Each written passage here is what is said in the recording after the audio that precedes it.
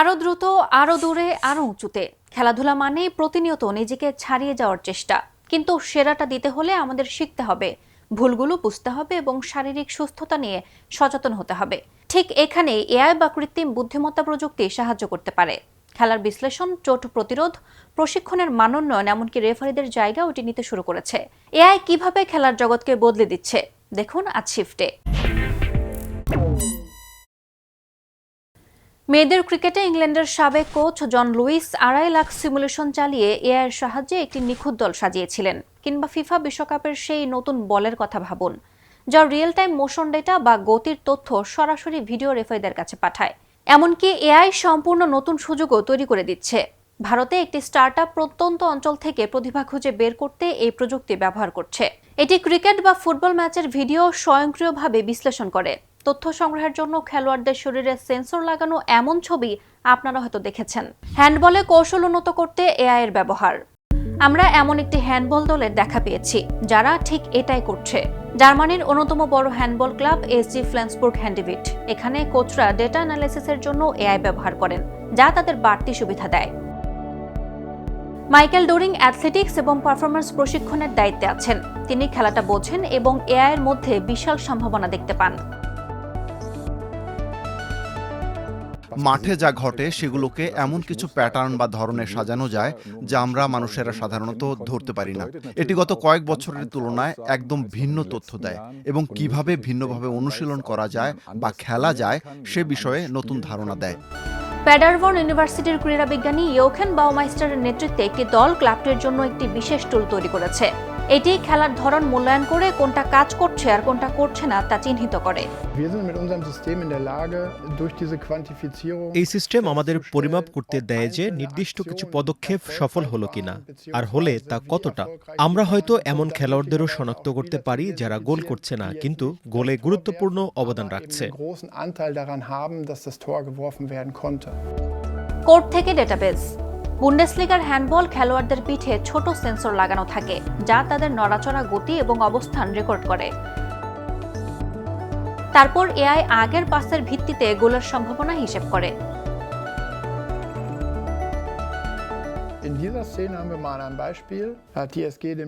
এই উদাহরণে টিএসজি বলটি হারিয়ে ফেলে এবং প্রতিপক্ষ বলের দখল নেয়। এখন আগামী 3 সেকেন্ডের মধ্যে গোল হওয়ার সম্ভাবনা 11%। খেলোয়াড়টি কোর্টের অন্য প্রান্তে বল পাস করলো এবং আমরা দেখছি সম্ভাবনা বেড়ে 84% দাঁড়িয়েছে। খুবই উচ্চ সম্ভাবনা। এটি আমাদের দেখায় কিভাবে সুযোগ তৈরি হয়। Das ist halt ein Beispiel dafür, dass wir eigentlich sehen wollen, wie diese Chancen kreiert werden.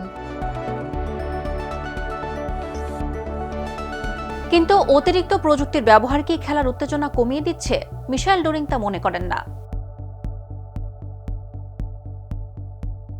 খেলা হয়তো আরো দ্রুত হবে, হয়তো একটু অন্যরকম, আগের চেয়ে একটু বেশি উন্মাদনাময় হবে। কিন্তু আমার মনে হয় না এতে আগ্রহ কমে যাওয়ার কোনো ভয় আছে। আমরা তো শেষমেশ মানুষের সাথেই কাজ করছি, যাদের ব্যক্তিত্ব বিচিত্র। ক্লাবটি গত 9 বছর ধরে বিজ্ঞানীদের সাথে কাজ করছে এবং প্রতিদিনই ডেটা মূল্যায়ন করছে। কিভাবে আরো উন্নতি করা যায় এআই এর কল্যাণে দলটি এখন অনেক ভালো বুঝতে পারছে।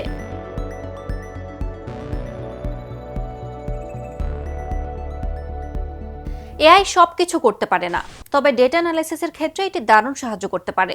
পারফরম্যান্সের বিস্তারিত চিত্র পাওয়া এখন আর শুধু পেশাদারদের জন্য নয়, অপেশাদার বা অ্যামেচার অ্যাথলেটরাও এখন ব্যক্তিগত ট্রেনিং প্ল্যান এবং এআই কোচের সুবিধা পাচ্ছেন। যেমন গলফ কিংবা টেনিসের কথাই ধরুন। পরিচয় করিয়ে দিচ্ছি উইংফিল্ডের সাথে। এটি একটি এআই সমর্থিত রোবট যা টেনিস খেলোয়াড়দের খেলা উন্নত করতে সাহায্য করে। এই সিস্টেমটি তৈরি করেছেন সাবেক টেনিস খেলোয়াড় ইয়ান ব্রুনকেন এবং তার দল। দেখুন কিভাবে এটি কাজ করে। দুটি হাই স্পিড ক্যামেরা কোর্টের উপর নজর রাখে। এরা বলের গতিপথ, স্পিড, সেই সাথে খেলোয়াড়দের নড়াচড়া শনাক্ত করে। ক্যামেরাগুলো কৌশল এবং খেলার ধরন সম্পর্কে তথ্য সংগ্রহ করে।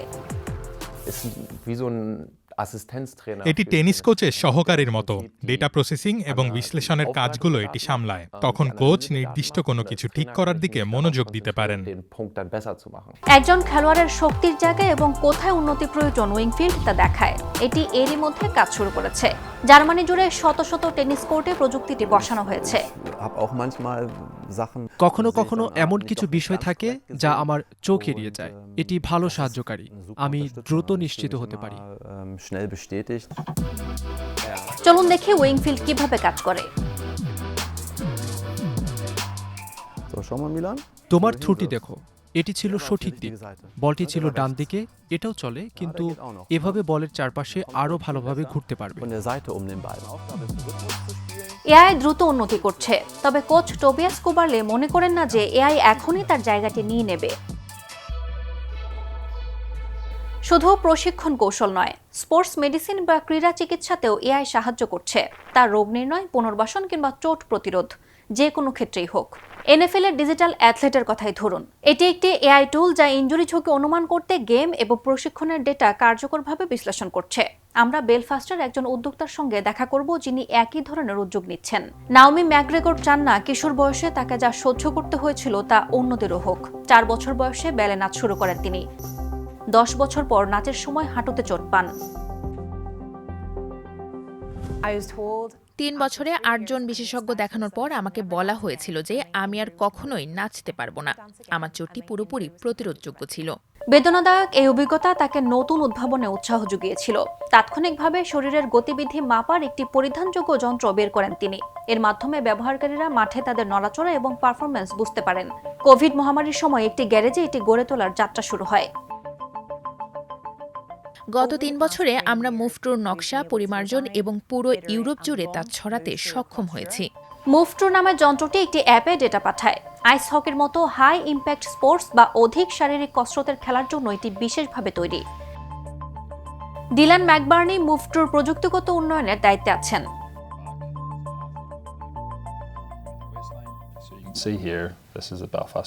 আপনি এখানে বেলফাস্ট জায়ান্টসকে দেখতে পাচ্ছেন। অ্যাথলেটরা সারফেসের উপর স্কেটিং করছে।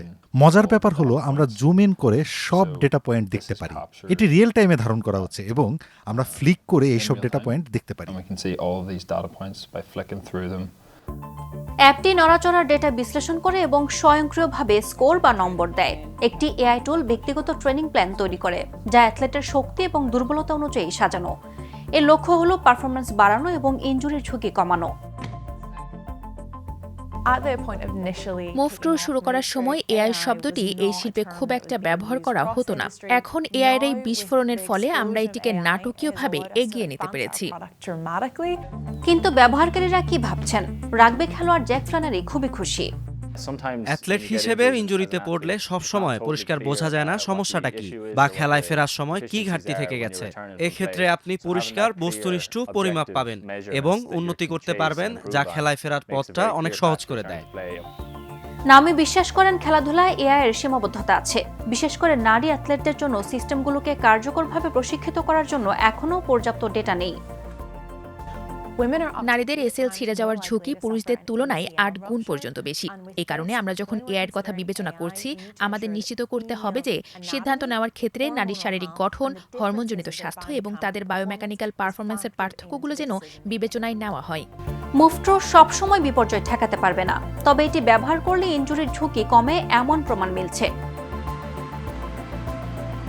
ভবিষ্যতে নাওমি এবং তার দল ডেটা কালেকশন বা তথ্য সংগ্রহের পদ্ধতি উন্নত করার পরিকল্পনা করছেন, যাতে ইনজুরির ঝুঁকি সম্পর্কে আরও ভালো ধারণা পাওয়া যায়।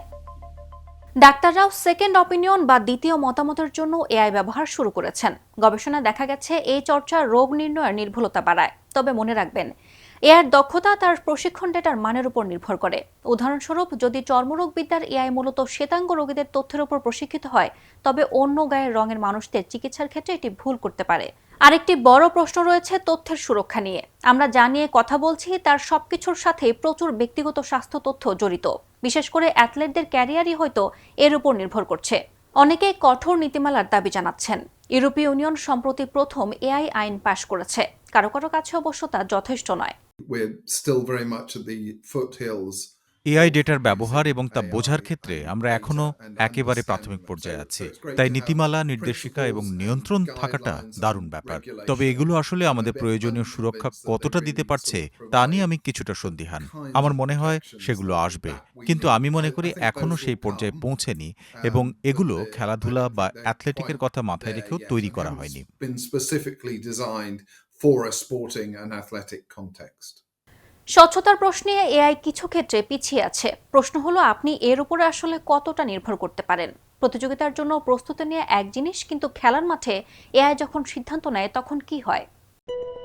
2025 সালে উইম্বলডনে প্রথমবারের মতো লাইন জাজদের বদলে একটি এআই সিস্টেম ব্যবহার করা হয়। লক্ষ্য আরও নির্ভুল সিদ্ধান্ত গ্রহণ। কোর্টের পাশে থাকা 12টি ক্যামেরা প্রতিটি বলের ওপর নজর রাখে। তাদের গতিবিধি কম্পিউটারে বিশ্লেষণ করা হয় এবং সিদ্ধান্তগুলো স্বয়ংক্রিয়ভাবে তৈরি হয়। তবুও মানুষের মাধ্যমে এটি প্রতিনিয়ত পর্যবেক্ষণ করা হচ্ছিল। কিন্তু এই প্রযুক্তি নিয়ে সবাই সন্তুষ্ট ছিলেন না। খেলোয়াড়দের কেউ কেউ মনে করেছেন সিস্টেমটি নির্ভুল ছিল না, আর একটি ম্যাচের সময় কিছুক্ষণের জন্য এটি কাজ করা বন্ধ করে দিয়েছিল। তবে আয়োজকেরা বলছেন এটি মানুষের ভুলের কারণে হয়েছে, প্রযুক্তি ঠিকঠাকই কাজ করছিল। বস্তুনিষ্ঠ সিদ্ধান্তের জন্য, যেমন বল দাগের বাইরে কিনা এমন ক্ষেত্রে এআই এর জন্য সিদ্ধান্ত নেওয়াটা সাধারণত সহজ, বলছেন এআই বিশেষজ্ঞ নিক জেনিংস। আমার মনে হয় কম্পিউটারকে এই প্রক্রিয়ার মধ্যে রাখা একটি উপকারী কাজ, এবং আরও কিছু বিষয়ভিত্তিক সিদ্ধান্তের ক্ষেত্রেও একই কথা প্রযোজ্য। তবে জিমন্যাস্টিক্স একটু বেশি জটিল, যেখানে নড়াচড়া এবং ভঙ্গি দুটোই জড়িত থাকে। এখানেও এআই এর সহায়তায় স্কোরিং বা নম্বর দেয়া শুরু হয়ে গেছে।